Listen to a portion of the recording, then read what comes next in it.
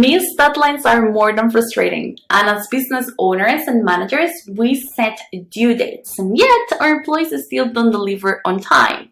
But is it really their fault, or is there something deeper going on? Today, I'm breaking down why employees ignore deadlines, and more importantly, how we can fix it once and for all in just 6 simple steps. By the end of this video, I guarantee you'll have the tools to ensure your team meets deadlines without you constantly chasing them. And by the way, I am Ruth. Nice to meet you. I am a leadership researcher, and I've led teams in companies like Intel Corporation, where my employees have returned more than $100 million in cash gains.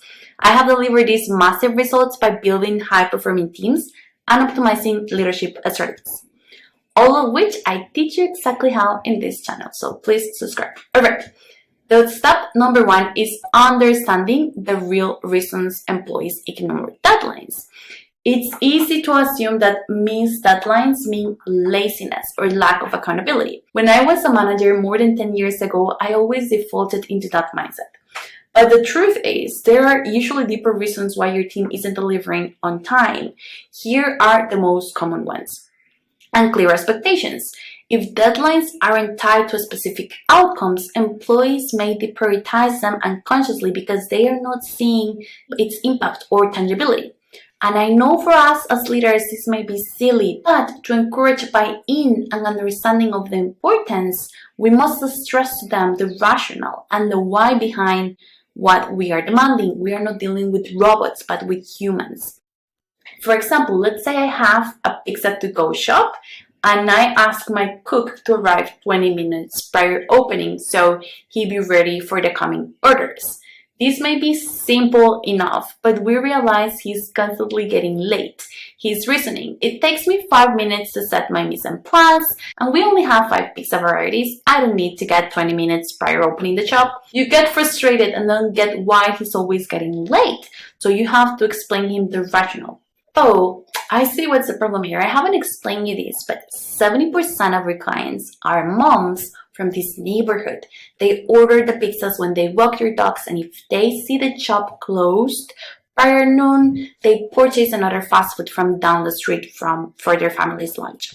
The reason of me wanting you to come in 20 minutes earlier, it's not only due to the mise en place, it's for lunch clients. See, we're already opened. If not, we miss from 2 to 5 early orders when you come in late. So, my expectation is for you to come 20 minutes earlier, not only to set the mise en place, but for the neighbors to see we're already opened and that we can start taking orders for lunch. Another common mistake is overwhelming workload. Employees deprioritize deadlines when they are drowning in tasks. And often, a common error is that we think they are more capable of what they really are due to several reasons. We think that everyone is as dedicated and in love with our business as we do. And because we're not with them every single minute, we lose a lot of sight of how long it actually takes us to do things with the quality that is required. A simple solution is to talk with our employees if all the goals and tasks we are giving them are doable in the specific time proposed. And if not, see each of the tasks with them to see if there is anything we should deprioritize or find a skill gap they may need more training to increase that productivity. Another common root cause is a lack of ownership. If they don't feel responsible for the deadline, they won't prioritize it. That's why it's important we give our people clear instructions on what they own and what thus being an owner of that task or process means, and thus the consequences for failing to complete it. That brings me to the next common root cause of why employees ignore deadlines. No consequences or follow-up if nothing happens when they miss a deadline. They just don't feel the urgency. So if there is an important objective they missed, we have to document it with them. If at the end of the year they meet 80% of the goals assigned, that's great. That will help us evaluate their performance for bonuses, increases, you name it. But if we start seeing a trend, we should let them know what's the impact and how will that impact their own pocket through lack of raises or bonuses. Another common mistake is that they don't see the bigger picture. If we don't understand why the deadline matters, it won't feel important. And by the way, I know that looking for these root causes and analyzing our teams, people, and business from a human resources perspective can be overwhelming. I also help business owners and corporate leaders with all of this stuff. From creating systems to developing highly productive teams to see their company and career explode. So, if you would like help with your leadership strategy, book a call with me to analyze your case and define if we are a perfect fit to work together. Link is in the video description. Alright, now that we know the most common root causes, we can move to step 2. Set clear expectations and priorities and track them. The first step is to ensure that your deadlines are crystal clear. If deadlines are vague, employees will assume they are flexible. So what we want to do is to attach deadlines to a specific reason. This report is due on Friday because it needs to be reviewed before the executive meeting on Monday. When we have a rationale behind it, people say yes and agree more times. Human beings are sentinel, emotional, and logical beings. All at the same time, instructions for the sake of instructions don't sit well with us. Then, confirm understanding. Ask employees to repeat the deadline back to you to ensure clarity. And finally, track the progress. It does not matter how senior my team is. I love to have weekly touch points with each of them to see their progress. Not with the intention to micromanage them, but to help them stay focused on what really matters. By getting those weekly reminders from me, questions, and understanding of the next steps. Of course, the bigger your team, the harder it is to have weekly one-on-ones with each member. But when manageable, do it. Another amazing option is to have trackers to review latest achievements, progress, next steps, and issues in a particular tracker. If your employee is very self-sufficient, having them to have the tracker updated will be enough for you to know the progress and ensure they are working on the goal and have clarity on the deadline and objective. I will give you an example. I once worked with a client that had a team that constantly missed deadlines until we started linking due dates to their goals, defining what it meant to meet the goal and tracking the progress weekly. When employees understood why deadlines matter and how to report progress on a weekly basis, the delivery of results on time improved by 60%. Oh yes, and a very important disclaimer. Remember to subscribe so you can learn about these amazing leadership strategies. Alright, step 3. Analyze work overload.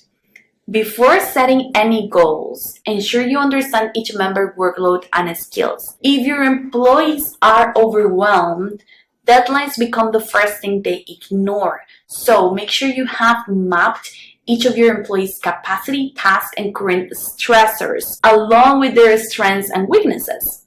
And analyze what tasks are the most important and what is urgent. Not everything can be urgent. Use a priority matrix to separate must do's to nice to haves. And then check workload regularly. Hold weekly check-ins to ensure employees aren't overloaded. And this does not have to be a new extra meeting. All of these progress touch points and workload checks should be done in the one-on-ones that you already have scheduled with them. You should always give them the opportunity for them to express themselves if there is something that it's like really worrying them. If they consume all the 30 minutes or whatever it is the time that you have with them and you were not able to check the progress that you wanted, you book another meeting with them to review the progress, or even better, use online tools so you can have asynchronous reviews of the progress of all the projects or all the things that they are working on, so you'll be on top of everything without having to have tons of meetings with them and derailing their focus on what really matters, doing the job that you hired them for. Actually, one of my clients had a team that constantly delayed projects. After assessing workloads, we realized they had 15 competing deadlines. We restructured their workload based on capacity strengths, and suddenly deadlines were met. Alright, step 4 is to create ownership and accountability. People don't miss deadlines when they feel true ownership of their work. To do this, we must involve them in deadline setting. Let employees have a say in setting realistic deadlines. Create goals together. Assign clear responsibility instead of, we need to finish this Say, John, you're responsible for completing this by Friday. Is it achievable? And when we say these things in that direct instruction, we have to use the right tone so the person does not feel overwhelmed. I tend to talk a lot in we instead of you, and that may be misleading because the other person thinks I will be doing their work, and that's not the case. We can drive accountability and ownership without being rude or excessively demanding. Actually, myself, I once had a big project assigned with another manager, with a colleague, and none of us did nothing assuming the other person will do it. And that was a complete failure, of course. That's why I avoid giving shared responsibilities. I like to have clear roles and responsibilities across my team members so each of them feel accountable and owners of their own processes. Of course, I don't like them to work in silos, so I make sure that they understand the end-to-end of the operation so they can cover each other. Alright, step 5 is implement consequences and rewards. Deadlines only matter if they have weight behind them. If nothing happens when a deadline is missed, employees won't take it seriously. So we can set natural consequences. If this isn't done by Friday, we'll have to delay the product launch and we will fail our year or quarterly objectives, impacting our bonuses of the year. Share and define reward timelines by acknowledging employees who consistently meet deadlines and making sure we are appreciating them in their love language so they truly feel appreciated. And be transparent on the different dates to share the bonuses or other rewards you have available in your company. If you're a small company, tie the revenue growth to that performance. If the company generates more, then we'll get a better bonus. And if you would like more guidance for detailed personalized plans that suits your team and your business, book a call with me. I would love to get to know more about you and your case. Alright, the final step is connect deadlines to the bigger picture. If deadlines feel arbitrary, employees won't care about them. They need to see how their work contributes to the bigger mission. So as leaders, we can explain how their work impacts the company's success. Share the why behind deadlines to increase buy-in. For example, a marketing team I work with for a big corp improved their deadline success rate by 70% after leadership explained how each campaign deadline affected sales and customers' engagement. Knowledge is power. We just have to share that business acumen with people. That way we will all contribute to making the business better. Alright, let's recap the steps. Understand the root cause of why our employees may be missing deadlines. Set clear expectations. Reduce work overload. Foster ownership and accountability. Implement consequences and rewards. And connect deadlines to the bigger picture. Alright, see you around. Bye!